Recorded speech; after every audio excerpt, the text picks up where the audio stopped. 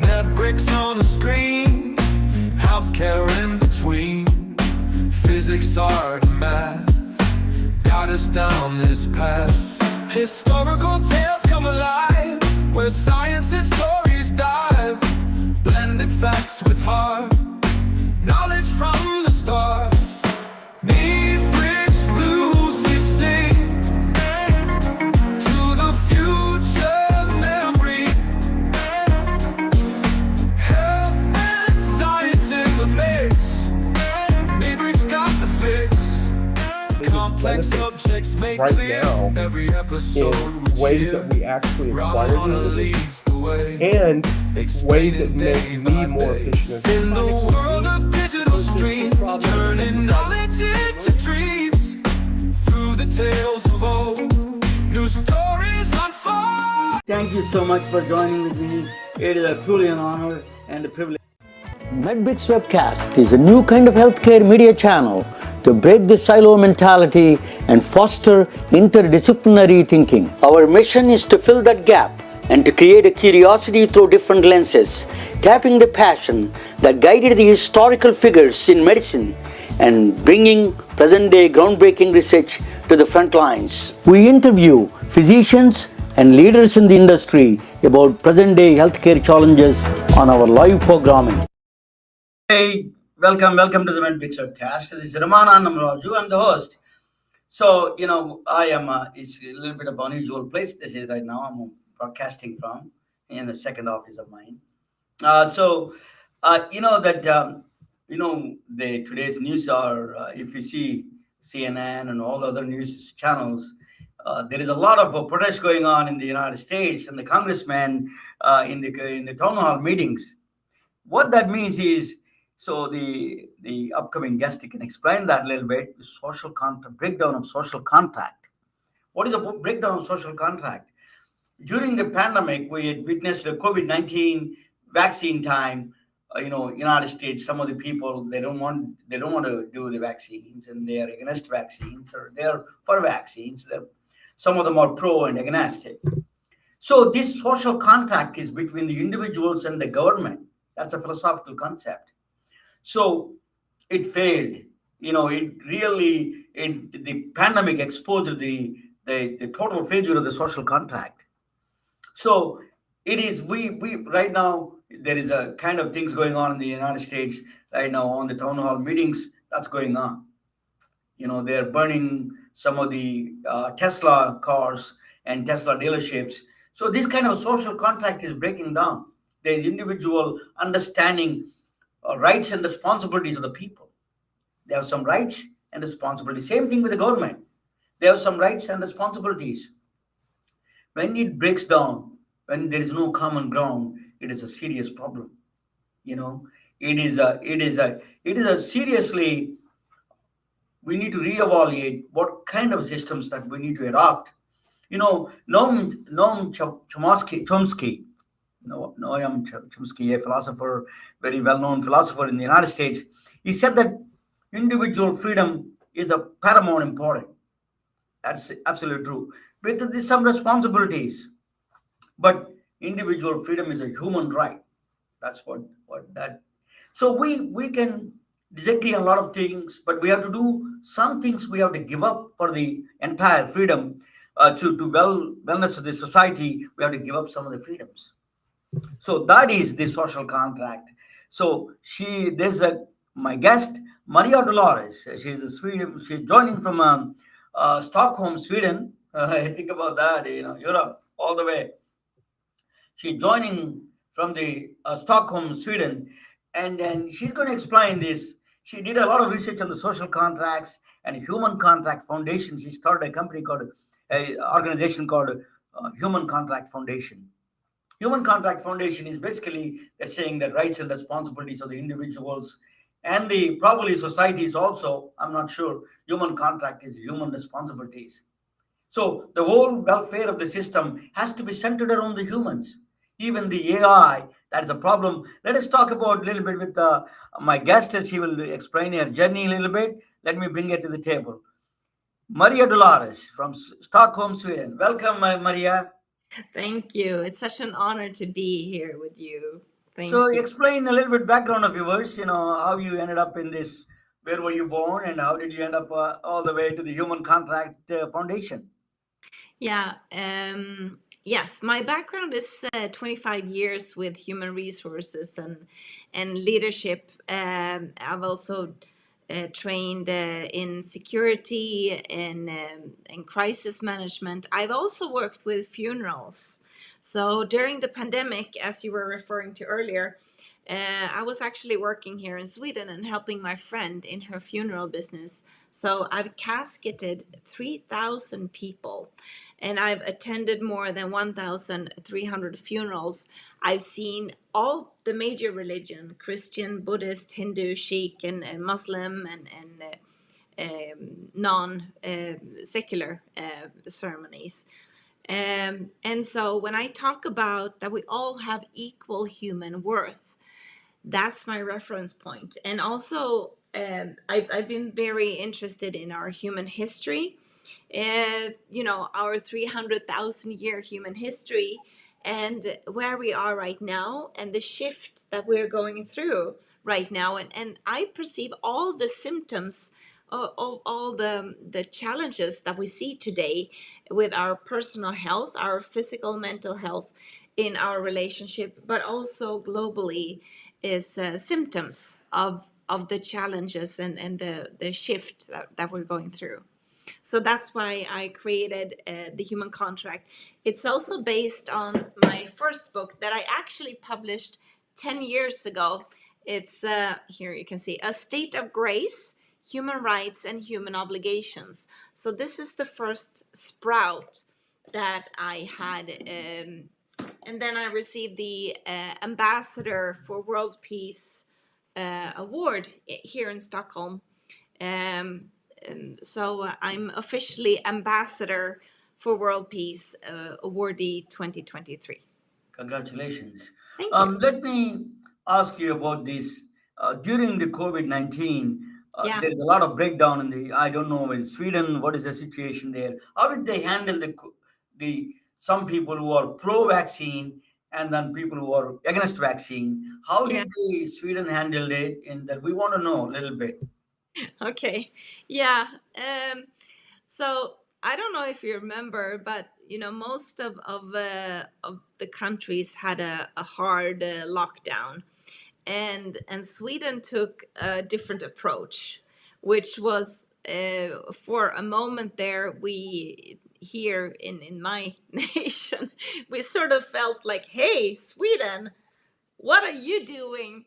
Because we didn't really have like government telling us, but it was more like guidelines, and people obliged for the guidelines, but it was not like harsh lockdown, but people stayed home, people took care, and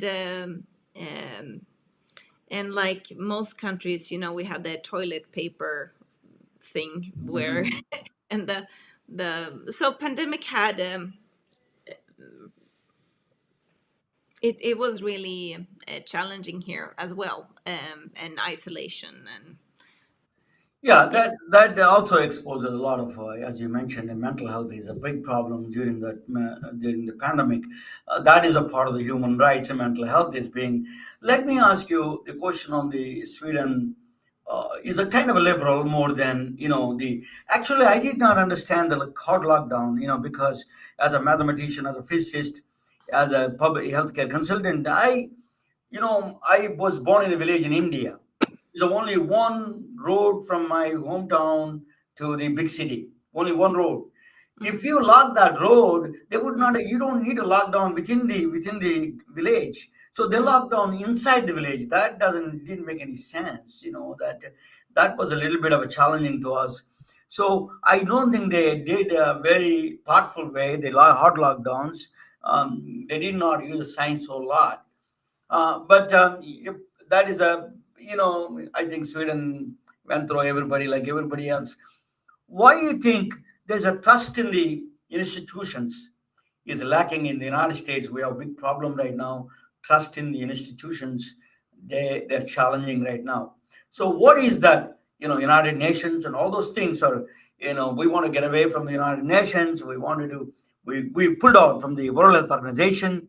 So what do you think your views on those kind of things in the I love to talk about trust because it's really an important fundament, and I think the Scandinavian countries have the Scandinavian countries in general have a long tradition of a higher sense of trust, and I yeah think it's about a lot of different perspectives. It's about how we perceive ourselves.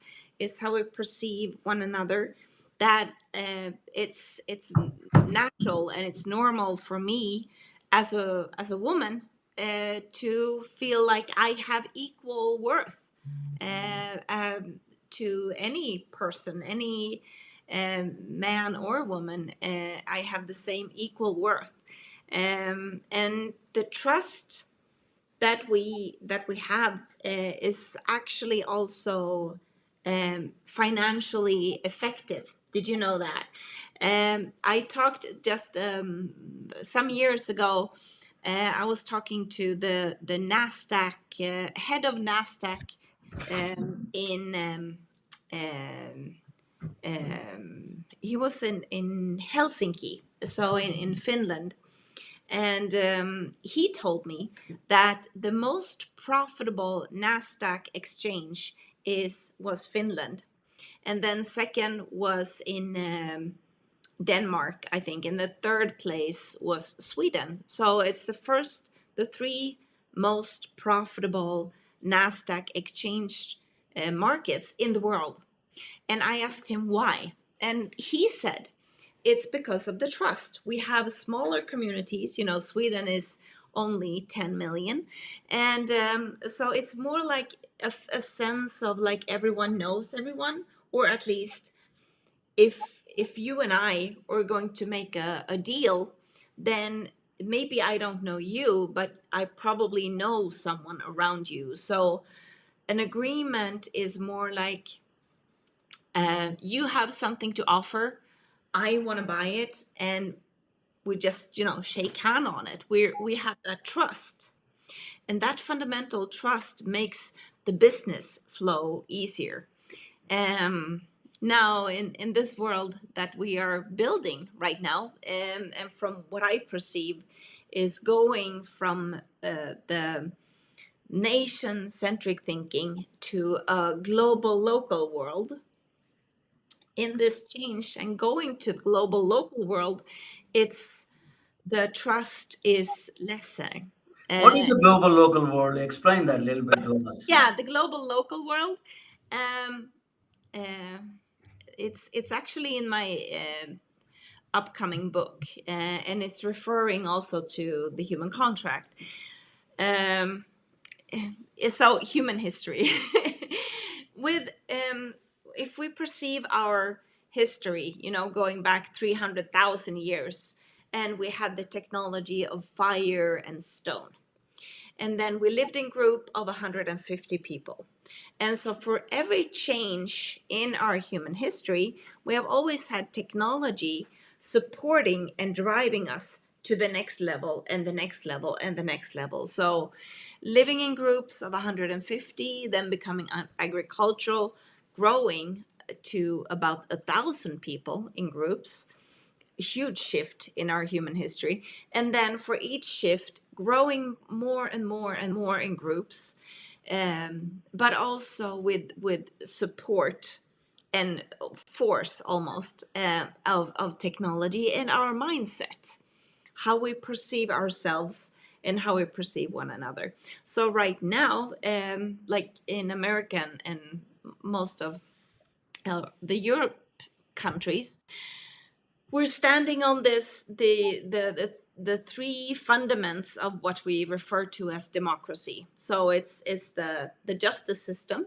In Sweden, the justice system started in the 1600, I would say, with the Swedish king back then. And the technology supporting that was the book printing, right? So he could send out his decree.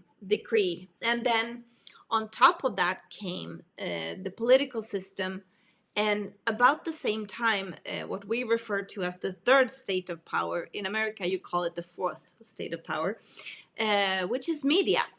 And the media's role to audit the justice system, to audit the political system.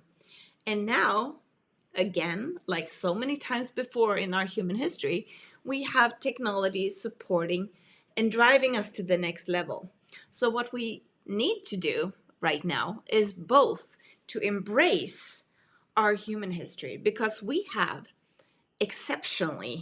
we have representation from all the previous levels in our human history. We have representation. We have about 350 million people living indigenous way of life. 350 million. It's the same amount of people as America. So all over the world, indigenous representation.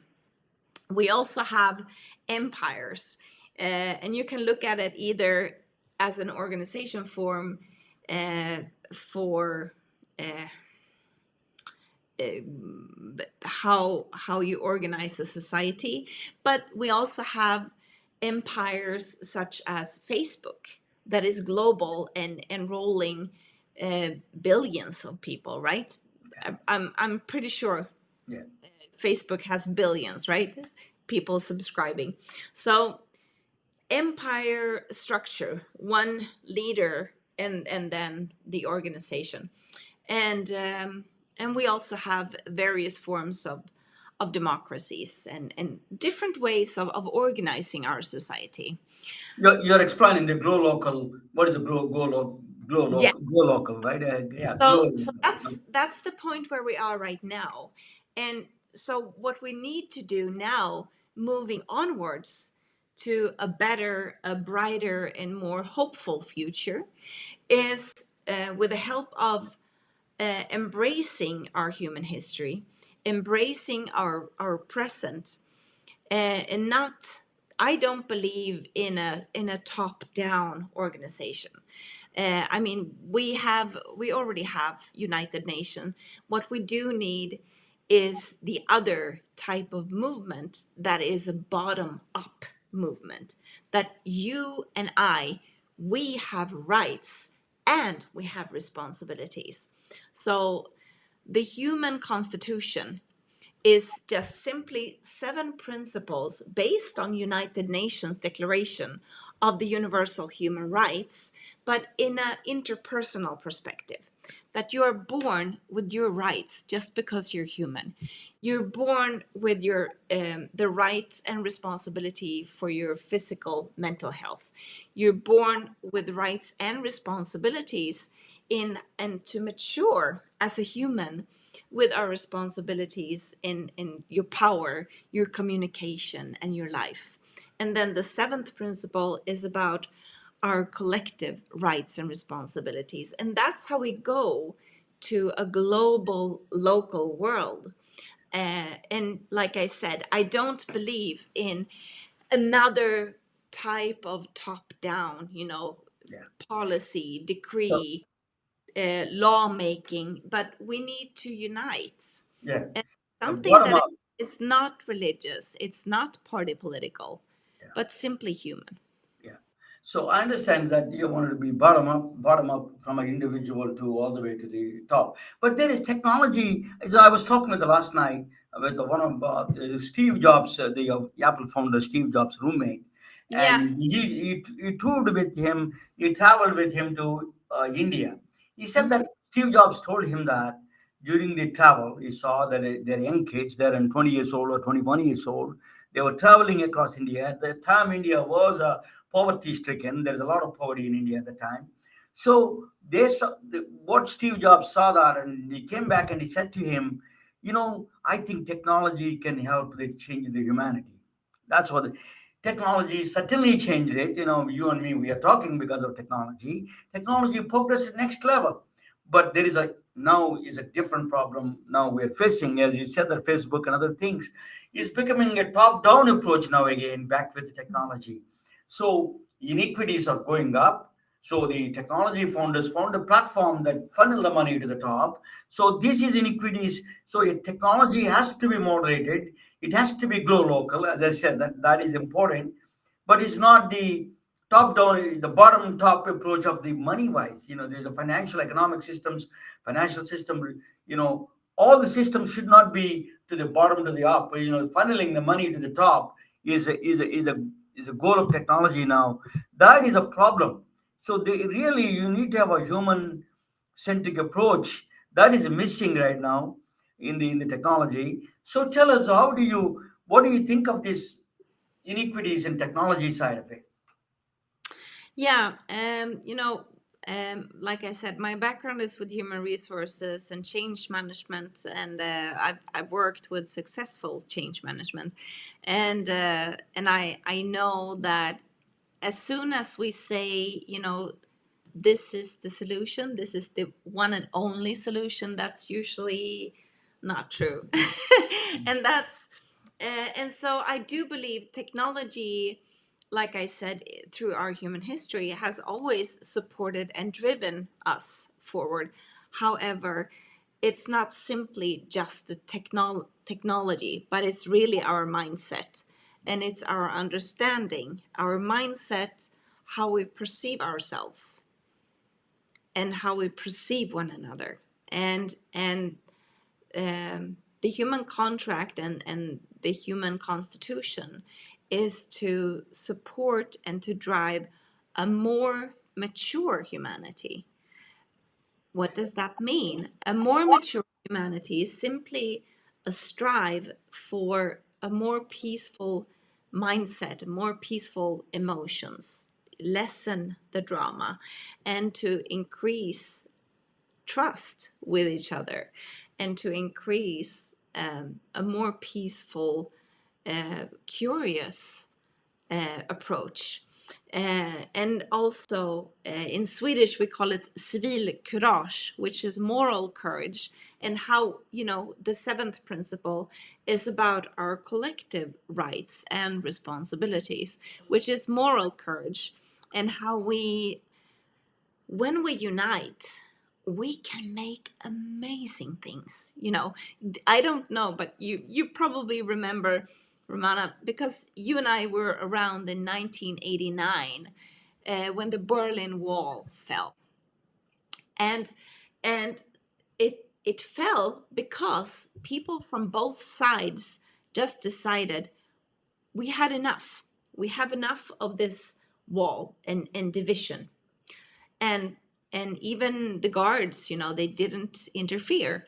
So I and that's just one example out of hundreds of examples through our human history, that when we unite, we can make amazing things. But we need the focus, because I do not believe in another bloody revolution. I believe in a peaceful, harmonious humanity, and I believe we can create that. I really firmly believe we can create that, but it needs guidance, and it needs a very, very clear northern star of what is the guiding star, and that is not religious, it's not party political, and simply a more mature humanity.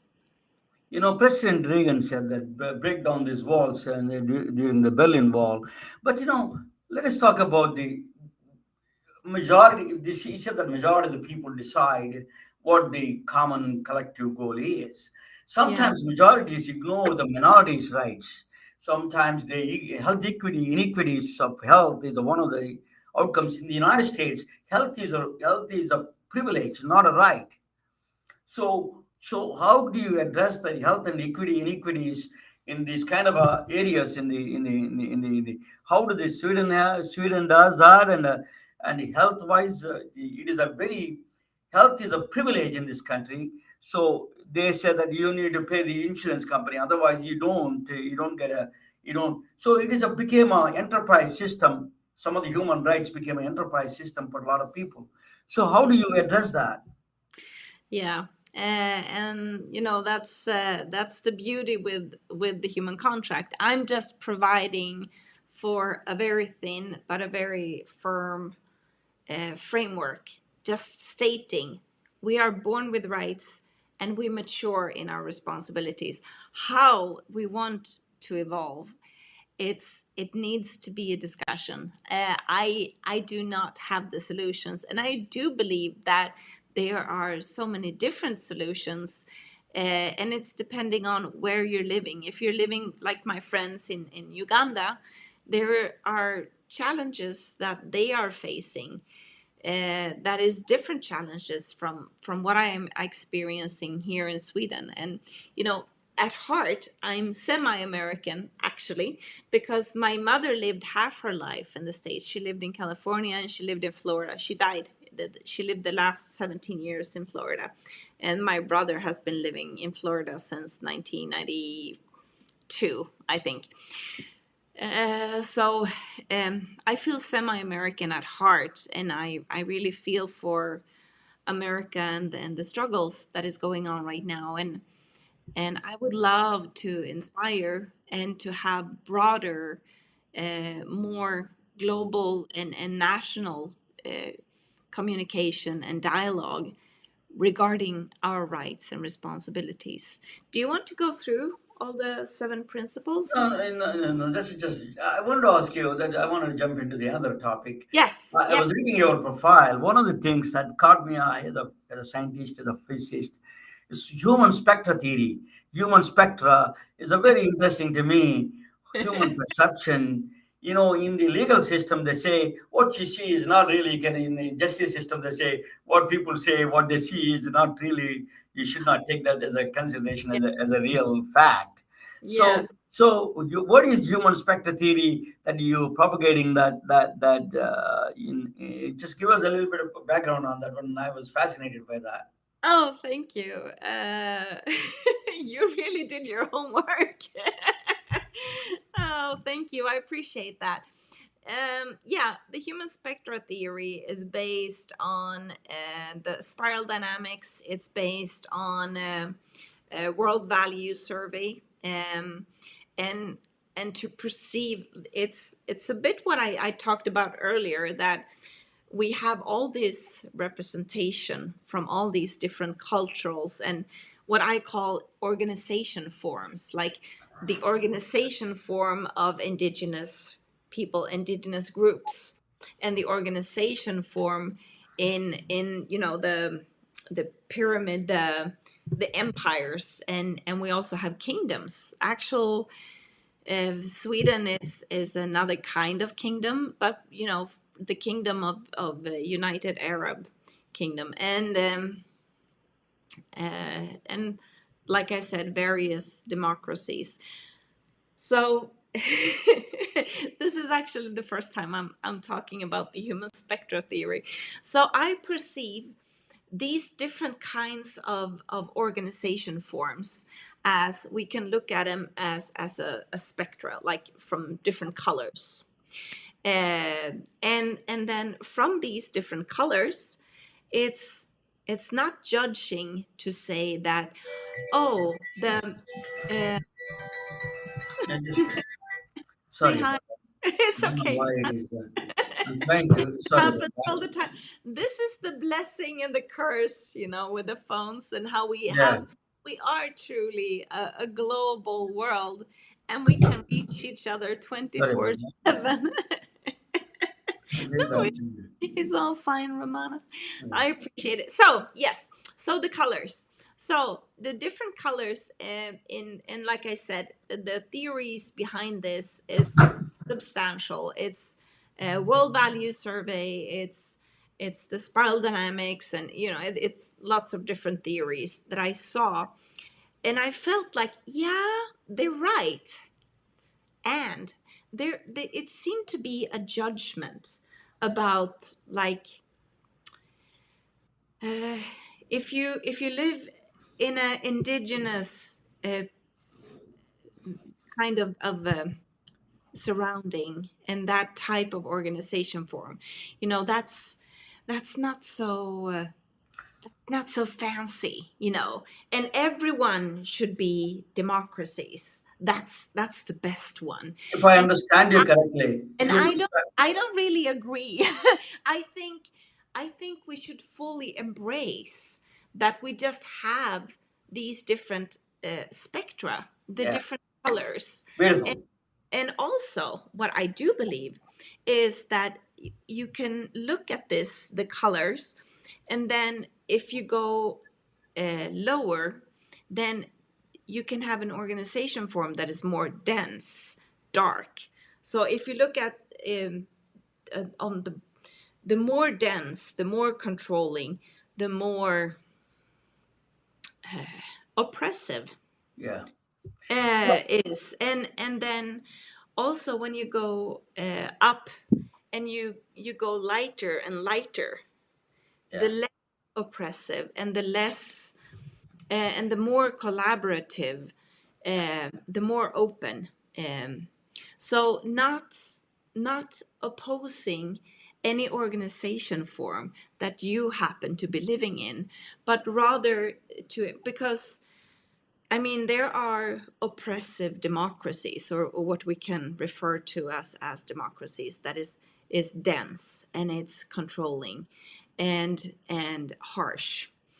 And there are, with in the indigenous way, can be very enlightened, very collaborative, in harmony with the animal life, and a long-term thinking that we lack in most societies, and also oppressive. I mean, if you look at Haiti and the shaman demand of having girls as a payment, and to secure the families. Dowry system, kind of a dowry Yeah. system. So just it's not to oppose any kind of organization form, but rather to embrace the fact that we are living in a time right now when we have representation from all the types of organizations forms that we have had through our human history. And how do we move onwards is with a very, very thin framework stating you have rights. You're born with your human rights simply because you're human. And we have equal human worth. And then That- we mature with our responsibilities. A child only have rights. And when a child matures, the child matures in the emotions. The child matures in the thinking. A child matures in the communication. If I understand you correctly, human rights are in the sense that by birth, by definition of being as a human, you have some rights automatically, and of Yeah. course, responsibility. Rights are health, shelter, health, and protection from abuse. All those things are fundamental to the human. We need to, that framework has to be uh, pass across the world, pass across the across the globe. That's what you're saying. Am I right? If I understand you correctly? Okay. Yes, correct. Now let us Yeah. talk about a little bit different one. So human spectra is that's a very good concept because your different colors. In India, for example, I grew up in India, very diverse culture. We have a snake charmer, we have a doctor, we have engineer. We are all in the same city, same town. We can live together with harmonious way. No other criticism of any one of their professions.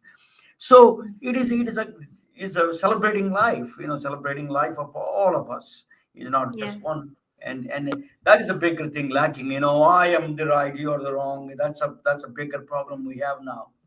Mm. The next thing is I wanted to ask you about the relationship between the doctor and the patient, because I'm a healthcare channel. I need to ask you. So, Yeah. doctor and the patient, what is the relationship in a human contract it talks about? Well, actually, it's the same contract for everyone, no matter who you are, no matter religion, political, or your. It's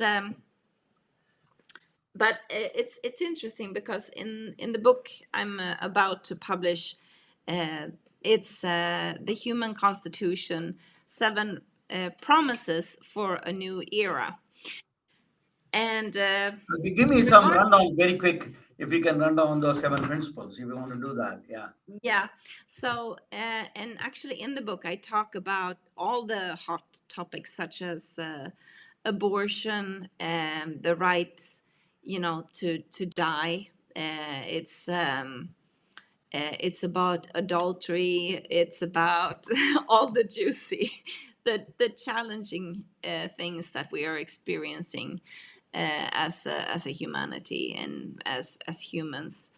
I call this istima, and istima is, if we talk a more academic language, istima is to mature, and it's when we go from one perspective and we shift perspective, we broaden perspective.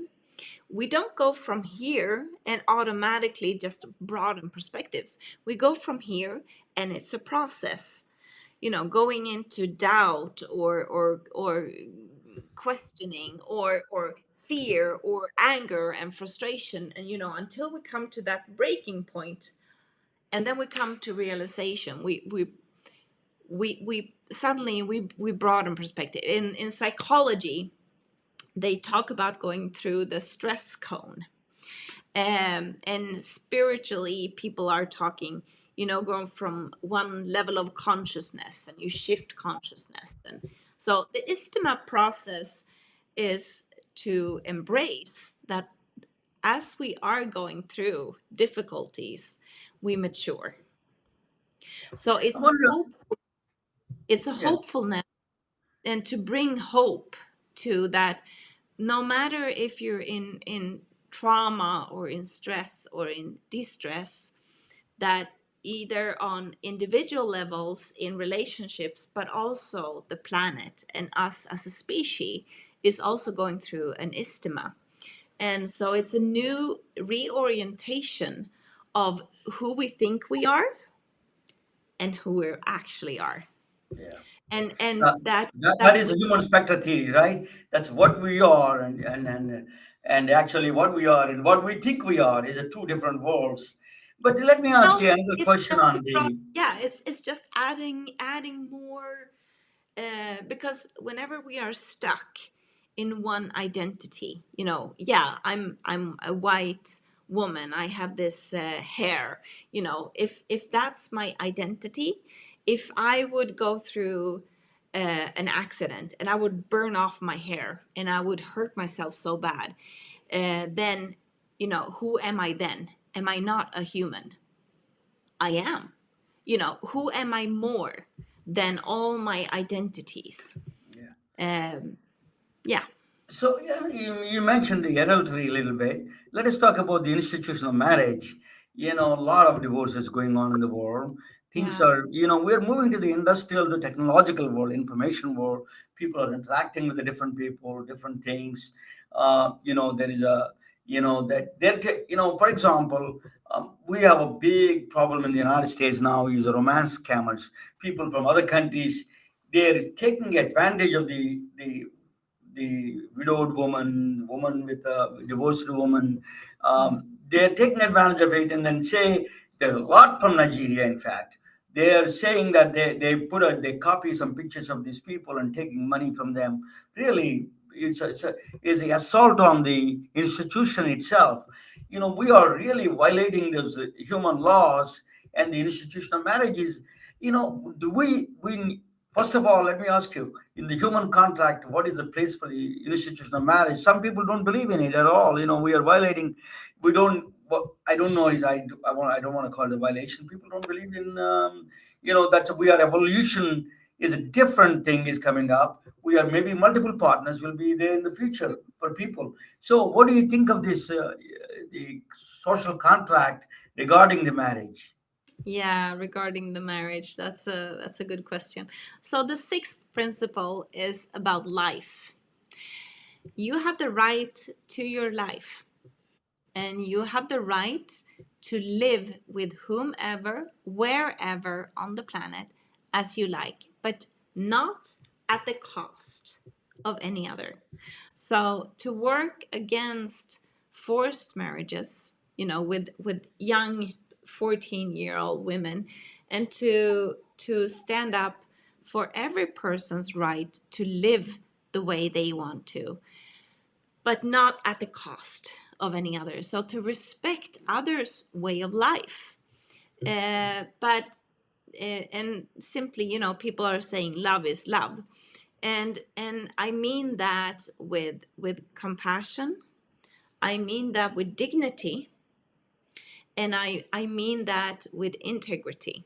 So people who choose to live with several partners, that's usually a different kind of istima. It's usually a challenge. It's more of a challenging life, a way of life. But if you can balance that with compassion and integrity and dignity, good for all of you. But it's not a judgment on anyone's way of life, but to respect others' way of life. But And social contract is a society's response. You have some responsibilities to society, right? So that you have to give up some freedoms to accommodate the society. That's a part of some protections from society, law enforcement, for example, and other things.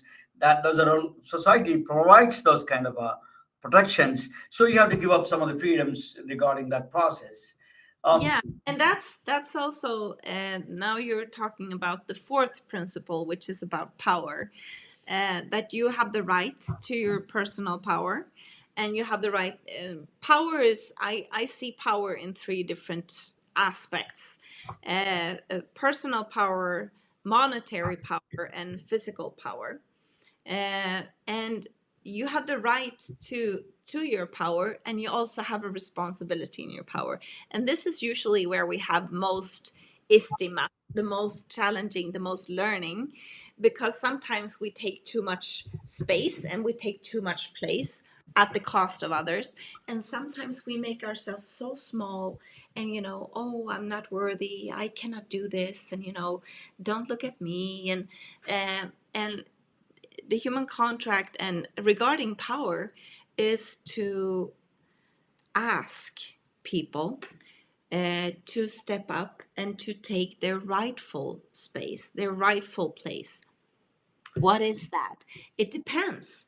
I mean, you and we're having this conversation right now, and if I jump up on the stage, when I was a keynote speaker at the World Peace Conference, I had my rightful place and space, and I was acquired to talk for 20 minutes. But if you and I would be on a dinner, and I would be speaking uninterruptedly for 20 minutes, that's taking way too much space. So it depends. It depends on the preconditions and the circumstances, and as you referred to, also power in the society, and to respect others' um, power, and boundaries. It's ultimately about boundaries. Maria, that I wanted to talk with in the final Yes. questions. That human contract is very good idea, principle. I have a philosophy that I do like this. You have to have a framework of the philosophy framework first. Yes. Then you have to create. Once you have framework of the philosophy, suppose, for example, I give you an example of that, is that see, nobody should suffer. Nobody should starving to death. Nobody should suffer with the pain without medications. These are the principles of philosophy. The next step is then you can create a methodology. How do you approach these methods without conflicting each other? Approach it with a methodology that you can create a specific methodology. Then after that, you create a third one is technology platform. Execute those two, the top two, without a conflicting. So the problem we have now is technology is dictating what the philosophy is. Technology is dictating what the principles of the methodology is. You should not be starting with the technology. You should, as you said, that human contact, that human rights and human equity and all those things start from the top, and then Yeah. you have to go to. So in that aspect, it comes from the individual bottom to the top. Individual sufferings and all those things have to be protected. The philosophy has to be clear cut. Then you have to create a methodology, any kind of a mathematical methodology, some kind of a procedures, Yeah. the But framework. and then life doesn't really evolve the way we predict it to evolve. But here we are. And I'm really, really happy to share this human contract with you and with all the audience, and to ask the audience also to share this with the world. What is So your website, Maria? So it's the humancontract.world. uh, human contract world, Yeah. right? I Oh, also, that's you very can good. connect with me on LinkedIn or Instagram or Facebook. So we need ambassadors like you to represent all humans. We have it is a very confusing world we are living in right now. Very challenging times. Inequities are growing up, and there is a lot of unrest is there. And this is a techno. We need to define what the humans require. AI is taking over. AI is challenging the human intelligence in this area. That we need to be human-centric approach has to be fundamental in my view. So thank you so much. He's joining with me from Stockholm, Sweden. It's an Yeah. honor and privilege to have you on my podcast. Thank you so much, Maria Dolores from Thank you. Stockholm, Sweden. You have any I- final words you want to say? No, yeah. The final words that I want to say is that your ideas will change the world. So thank you for listening, and join us with the human contract. Thank you. Thank you all. Good night. And good night. Stay on the line and I'll talk with you after the podcast. Thank you so much. Good night, all of you. We are retelling their stories through our patented designs that can be worn on scrubs, t-shirts, printed on conference bags, and endless other promotional materials. Daily Wear for Medicine is the first ever of its kind to create curiosity in medicine through visual art. We at MedBricks are celebrating unsung heroes of the past who made enormous contributions to the field of medicine through our unique campaign called Daily Wear for Medicine. You can wear it, carry it, and give it.